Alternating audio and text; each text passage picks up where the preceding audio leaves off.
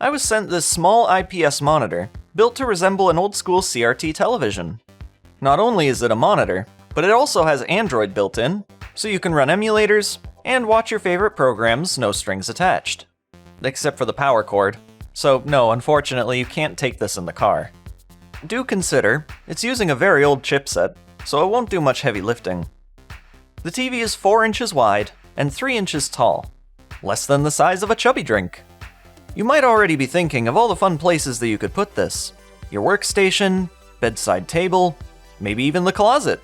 But really, in the right place, this thing could prove to be quite useful. But why not just use a phone? I mean, yeah, that'd cover most of its features, and you're also getting widescreen that way. Practicality is not the case with this thing. It's more about charm and aesthetics, and playing the Quake 2 remaster on a 3.5-inch screen. On the face of the unit, there are 2 dials. One is the volume knob. The TV isn't terribly loud, but so long as you're not having a house party, it'll suffice. The other knob switches between a color and black and white display. But come on, we're not nostalgia blinded enough to get rid of color displays, are we? And yet here I am being excited to see TV static. There's no Bluetooth on this thing, so you're gonna need either a wired controller or wireless receiver. You can optionally get these SNES controllers bundled with it, but every review I've found of this thing online says they barely work with the TV. So I was like, nah, you can keep them. I've got my trusty Xbox 360 controller anyways. I'll plug it into one of 2 USB slots on the back. Good thing there's 2, so I can transfer files to the internal 16GB while still using the controller. Alternatively to USB, you've also got a microSD card slot. This is where you'll plug in the power cord. Then you've got the HDMI input, to use it as a monitor, and then 2 switches. One powers it on, and the other switches between Android and monitor mode. The included Android system is a bit of a pain in the ass to work with. First of all, you need to change the language and device preferences, no big deal. But the UI is very difficult to see. Had they gone with something brighter, it probably would have been fine. But as is, everything's pitch black and highlighted items show in dark gray. Pre-installed are many familiar apps like Netflix, Disney+. There's also a file explorer, but it suffers from the same issues as the UI. So do yourself a favor and sideload another APK. That's one of the first things I did. One included app is called Happy Chick. It's a multi-emulator that loads ROMs from the internet. No idea how legal that is. I tried it myself and performance was hit or miss. I recommend trying external emulators, but even then you'll come across several issues. This uses Android 7.1.2 from 2017. It's outdated, so a lot of newer apps won't even bother to install.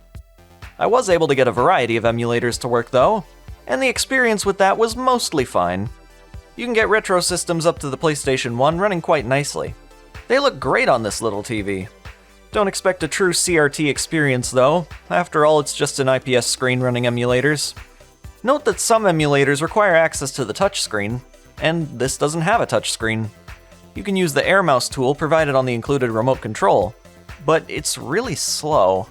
You could also use this tool to play various Android games, I guess, but I wouldn't recommend this, since these were designed for widescreen. Most will end up squished or have black bars around them, making this tiny display even tinier.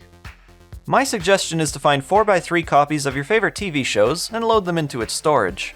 That's the best use that I've found for the Android aspect of the device, but retro gaming is pretty cool too, when you've got it set up just right. Now let's check out monitor mode. Initially I was having a bit of trouble with this. I first tried hooking up my Atari 2600 through several different converters. Just for fun, you know, but I got no picture. Tried multiple different setups, and while the image displayed on other monitors of mine, the mini TV just farted. That is until I discovered that the HDMI cord was the problem. So I guess it's picky with those, since this cord works fine elsewhere. I wasn't about to hook up the 2600 Frankenstein monster again, but I did try playing some Sega Genesis Mini. A modded one can play a variety of systems. Alas, it'll take some extra work to perfect the screen size for each system in RetroArch, especially since I'll have to do it using this tiny screen. Nonetheless, the option is there. I think these two make for a great duo.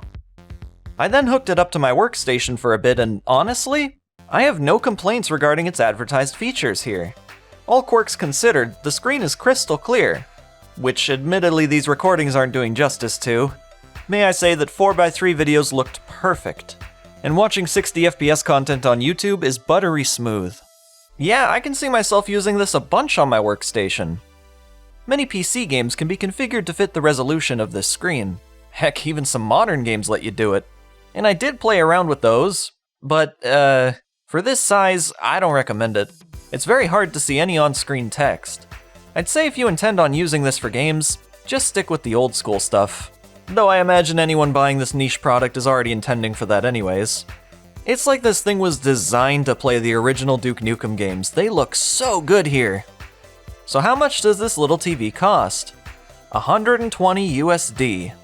Yeah, that's on the expensive end for tech this outdated, niche, and buggy. I do think the design is fun. It looks great on my desk and I enjoy watching stuff on it. But no, for the state it's in, this ain't worth 120 USD. I'd maybe buy it for $50 Canadian. But what do you think? Is this a cool thing to buy, or a forgettable gizmo? I'll leave a link to the product in the description if you're interested in picking one up. Thanks for watching.